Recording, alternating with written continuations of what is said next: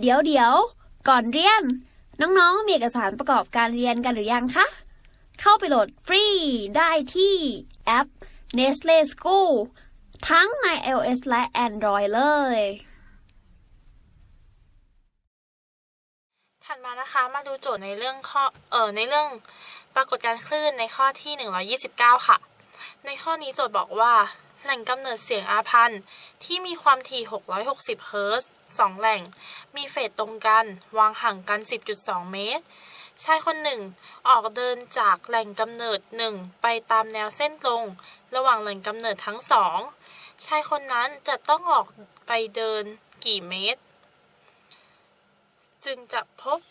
จุดแรกที่มีความเข้มเสียงสูงสุดกำหนดให้ความเร็วขนาดนั้นเท่ากับ330เมตรต่อวินาทีมาดูช้อยกันนะคะช้อยที่1 0.05 ช้อยที่2 0.2 ช้อยที่3 0.01 และช้อยที่4 0.1 นะคะในข้อนี้โจทย์ถามหาว่าชายคนนั้นเนี่ยจะต้องออกเดินทางไปกี่เมตรจึงจะพบจุดแรกที่มีความเข้มเสียงสูงสุดโดยชายคนนี้เนี่ยออกเดินทางเริ่มต้นตั้งแต่แหล่งกำเนิดที่1ใช่ไหมคะพี่สมมุติให้เป็นเขาเดิมเนี่ยเขาอยู่ที่ตำแหน่ง S1 ไปตามแนวเส้นตรงระหว่างแหล่งกำเนิดทั้งสองก็คือจะเดินจาก S1 ไปยัง S2 นั่นเองซึ่งถ้าพี่มีรูปเป็นแบบนี้ตรงนี้เป็น S1 เขาจะเดินไปยัง S2 โดยรู้ว่าระยะห่างระหว่าง2จุดนี้คือ 10.2 เมตรใช่ไหมคะก่อนอื่นเนี่ยเรารู้ว่าเขาต้องการที่จะเดินไปแล้วพบจุดแรกที่มีความเข้มเสียงสูงสุดนั่นก็คือต้องไปเจอจุดที่เป็นจุดปฏิบัติใช่ไหมคะก็คือเป็นการแทรกสอดแบบเสริมกันซึ่งนั่นหมายความว่าการที่เขาจะเดินจาก S1 จะเดินจาก S1 ไปยัง S2 ใช่ไหมจะต้องไปเจอจุดปฏิบัติสักจุดหนึ่งเจอจุดปฏิบัติสักจุดหนึ่งจุดแรกเลยก็คือเป็นจุดแรกที่ใกล้ S1 มากที่สุดเพราะฉะนั้นถามว่าตอนนี้พี่ต้องทำอะไรก่อนพี่ต้องหาว่า S1 เนี่ยเป็นจุดแบบไหนเป็นลำดับที่เท่าไหร่และอยู่ตรงไหนเราจะได้รู้ว่าก่อนหน้า S1 ตรงนี้เนี่ยมีอะไรอยู่บ้างก็คือถัดจาก S1 ตรงนี้จะได้รู้ว่ามันควรจะเป็นอะไรนั่นเองเพราะฉะนั้นพี่จะพิจารณาการแทรกสอดที่จุด S1 นั่นเองค่ะ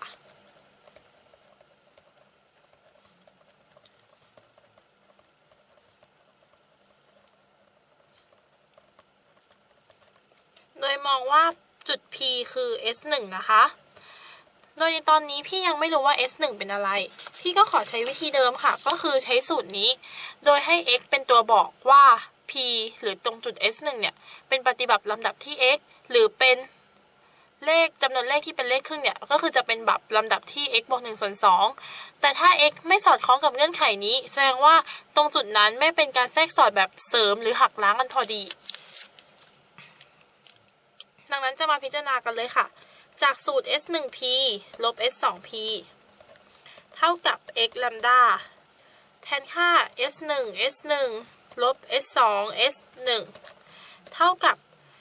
x คูณกับแลมดาซึ่งตอนนี้เรายังไม่รู้ใช่ไหมว่าแลมดาเป็นเท่าไหร่แต่โจทย์ก็ได้บอกมาอ้อมๆเพราะโจทย์ได้ให้ความถี่มาแล้วก็ได้ให้ความเร็วคลื่นขนาดนั้นมาซึ่งเราหาแลมดาได้จากไหนคะ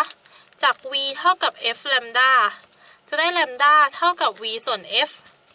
โดย v คือ330ใช่ไหมคะ f คือ660ดังนั้นแลมดาคือ 0.5 นั่นเองพี่ได้แลมดามาว่าเป็น 0.5 พี่ก็นำมาแทนตรงนี้นั่นเองค่ะเมื่อได้แบบนี้ปุ๊บก็แทนค่าตรงนี้เนาะ S1 S1 คือ0ลบด้วย S2 S1 คือ 10.2 เท่ากับ x คูณกับ 0.5 เพราะฉะนั้นแก้สมการออกมาจะได้ x เท่ากับ 10.2 หาร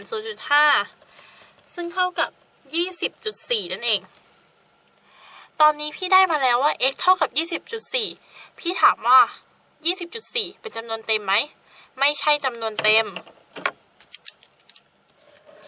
ไม่ใช่จำนวนเต็มแล้วก็ไม่ใช่จำนวนเลขที่เป็นเลขครึ่ง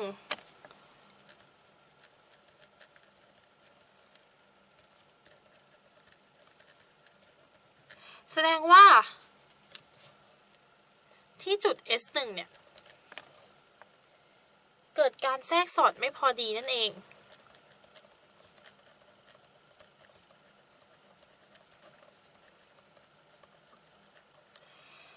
ถ้า S1 เกิดการแทรกสอดไม่พอดีแต่เราก็สามารถสรุปได้นะคะว่าถึงตรงนี้เนี่ยจะเป็น 20.4 แสดงว่าก่อนหน้า S1 เนี่ยมันต้องมี A 20นั่นเองถูกไหมคะก็คือมี A 20แล้วถัดมาเป็น 20.4 แล้วอีกนิดนึงเนี่ยมันถึงจะเป็น 20.5 ใช่ไหมคะตรง 20.5 นี้แหละถึงจะเป็นจุดบับแต่ก่อนหน้า 20.4 มันคือ 20ที่เป็นจำนวนเต็มนะคือ 20แสดงว่าถ้ามันเป็น 20ปุ๊บตรงนี้เป็นจำนวนเต็มก่อนหน้ามันเป็นจำนวนเต็มแน่นอนคือ 20ดังนั้นตรงนี้ก็คือจุดปฏิบัตินั่นเองดังนั้นก่อนหน้า S1 จึงมีจุดปฏิบัติลำดับที่ 20นะคะ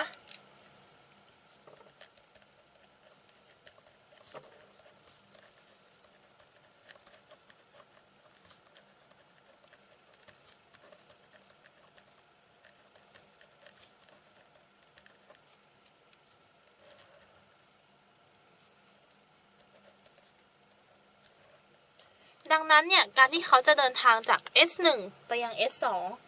จุดแรกที่เสียงดังสูงสุดคือ A ลำดับที่ 20นั่นเองค่ะซึ่งในข้อนี้โจทย์ถามหาว่าต้องเดินออกไปกี่เมตรใช่ไหมแสดงว่าข้อนี้เนี่ยโจทย์ถามหาว่าจาก S1 ไป A เนี่ยเท่ากับกี่เมตรนั่นเองพี่ก็จะสมมุติให้เป็นระยะ d นะคะก็จะได้ว่าจากจุด A 20ไปยัง S2 คือ 10.2 ลบ d นั่นเองเพราะฉะนั้นพี่จะพิจารณาการแทรกสอดแบบเสริมกันเพื่อหาระยะ d ค่ะ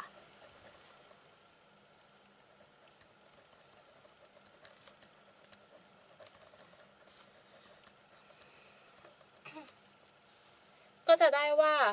จากสูตร S1p ลบ S2p จะเท่ากับ n แลมดาใช่ไหมคะสูตรแบบเสริมก็จะได้ว่าตรงนี้ S1p คือ S1 ไปยัง p ก็คือ S1 ไปยังจุด A 20คือระยะ d ลบด้วย S2p ก็คือจากจุด A 20ไปยังระยะ S2 ก็คือ 10.2 ลบ d เท่ากับ n คือลำดับที่ 20แลมด้าคือ 0.5 จากนั้นก็แก้สมการหาค่า d ค่ะตรงนี้ก็จะเป็น 10.2 บวก d เท่ากับ 10 นั่นเองจะได้ว่า d เท่ากับ 0.2 เพราะฉะนั้นขอแผ่ตรงนี้เป็น 2d เนาะจะได้เป็น d เท่ากับ 0.2 หาร 2 ก็เท่ากับ 0.1 เพราะฉะนั้นชายคนนี้จะต้องเดินออกไป 0.1 เมตรค่ะจึงจะพบ a ที่ 20นั่นก็คือจะเป็นจุดที่ความเข้มเสียงสูงที่สุดนั่นเองในข้อนี้จึงตอบช้อยที่ 4 นะคะก็คือ 0.1 เมตรค่ะแล้วก็มาสรุปกันนิดนึงนะคะในข้อนี้เนี่ยโจทย์ถามหาว่าชายคนนี้จะต้องเดินออกไปกี่เมตรเขาจึงจะพบจุดแรกที่มีความเข้มเสียงสูงสุดซึ่งถ้าเราดูจากรูปตรงนี้เนี่ยเราก็ต้องพิจารณาก่อนว่าจาก S1 ไปยัง S2 เนี่ยมันต้องผ่านการแทรกสอดแต่ละแบบถูกไหมทีนี้พี่ก็ต้องรู้ก่อนว่า S1 เนี่ยมันอยู่ตรงลำดับที่เท่าไหร่แล้วมันเป็นจุดแบบไหนจะได้รู้ว่าก่อนหน้า S1 เนี่ยมี A หรือเปล่าแล้ว A เนี่ยเป็น A ที่เท่าไหร่นั่นเองดังนั้นเนี่ยพี่จะพิจารณาการแทรกสอดที่จุด S1 โดยใช้สูตรนี้เพื่อให้ x เนี่ยเป็นตัวบ่งบอกว่าที่ S1 เนี่ยเป็นอะไรโดยที่เราหาค่าแลมด้าออกมาก่อนจาก v เท่ากับ f แลมด้าเพราะในข้อนี้โจทย์บอกแลมด้ามาอ้อมๆโดยการบอก v กับบอก f แล้วก็หาแลมด้าได้จากสูตรนี้นั่นก็คือ 0.5 จากนั้นก็แทนค่าต่างๆลงไปค่ะพบว่าได้ x เท่ากับ 20.4 ซึ่ง 20.4 เนี่ยมันไม่ใช่จำนวนเต็มและมันก็ไม่ใช่จำนวนเลขที่เป็นเลขครึ่งเพราะฉะนั้นที่จุด x ขอแผ่ที่จุด S1 เกิดการแทรกสอดแบบไม่พอดี แต่มันเป็น 20.4 ใช่ไหมแสดงว่าก่อนจุด S1 ตรงนี้เนี่ยมันต้องมีปฏิบัติที่ใกล้ที่สุดคือ A 20นั่นเองเพราะก่อน 20.4 มันก็ต้องมี 20เป็นจำนวนเต็มดังนั้นต้องมีปฏิบัติลำดับที่ 20 อยู่ตรงนี้ซึ่งโจทย์ถามหาว่าจาก S1 ไปยัง A 20เป็นระยะเท่าไหร่พี่ก็จะสมมุติให้เป็นระยะ d ดังนั้น A 20ไปยัง S2 ก็ต้องเป็น 10.2 ลบ d นั่นเองแล้วก็จะมาพิจารณาสูตรการแทรกสอดแบบเสริมได้ลักษณะนี้ออกมาเพื่อที่จะใช้แก้สมการหาค่า d นะคะโดย n คือ20 lambda คือ 0.5 แก้สมการออกมาเนี่ยจะได้ว่า d เท่ากับ 0.1 เมตรนั่นก็คือระยะจาก S1 ไปยัง A 20คือ 0.1 เมตรหรือชายคนนี้จะต้องเดินออกมาจากแหล่งกำเนิดตรงนี้เนี่ยไปยังอีกแหล่งกำเนิดหนึ่งโดยจะเจอจุดแรกที่มีความเข้มเสียงสูงสุดเนี่ยเมื่อเดินออกมาแล้ว 0.1 เมตรค่ะซึ่งตรงกับช้อยที่ 4 ข้อนี้ก็เลยตอบข้อที่ 4 นะคะ เรียนจบแล้ว อย่าลืม